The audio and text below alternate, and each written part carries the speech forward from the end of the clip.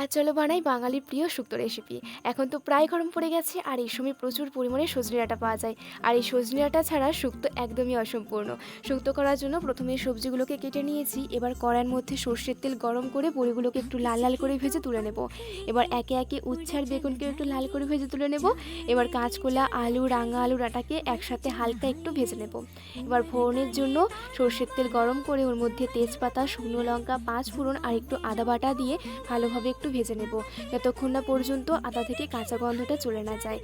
ভালোভাবে আদাটা ভাজা হয়ে গেলে ওর মধ্যে ভেজে রাখা সমস্ত সবজিগুলো দিয়ে ওর মধ্যে দিয়ে দিচ্ছি একটু হলুদ গুঁড়ো, লবণ আর পোস্ত বাটা দিয়ে সবজিগুলোকে মশলার সাথে ভালোভাবে একটু কষিয়ে নিতে হবে।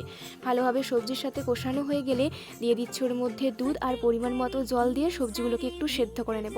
সবজিগুলো সেদ্ধ হয়ে গেলে বেগুন, উচ্ছে আর ভেজে রাখা বড়িটা দিয়ে আবার ওই 5 থেকে 10 মিনিটের জন্য ফুটিয়ে নিয়ে নামানোর আগে স্বাদ মতো চিনি আর ঘি দিয়ে নামিয়ে নিলে একদম তৈরি এই বাঙালির প্রিয় শুক্তো রেসিপি। তো আজকের রেসিপিটা তোমাদের কেমন হলো সেটা অবশ্যই আমাকে কমেন্টে জানিও। দেখা হচ্ছে আরও একটা নেক্সট ভিডিও নিয়ে। টাটা।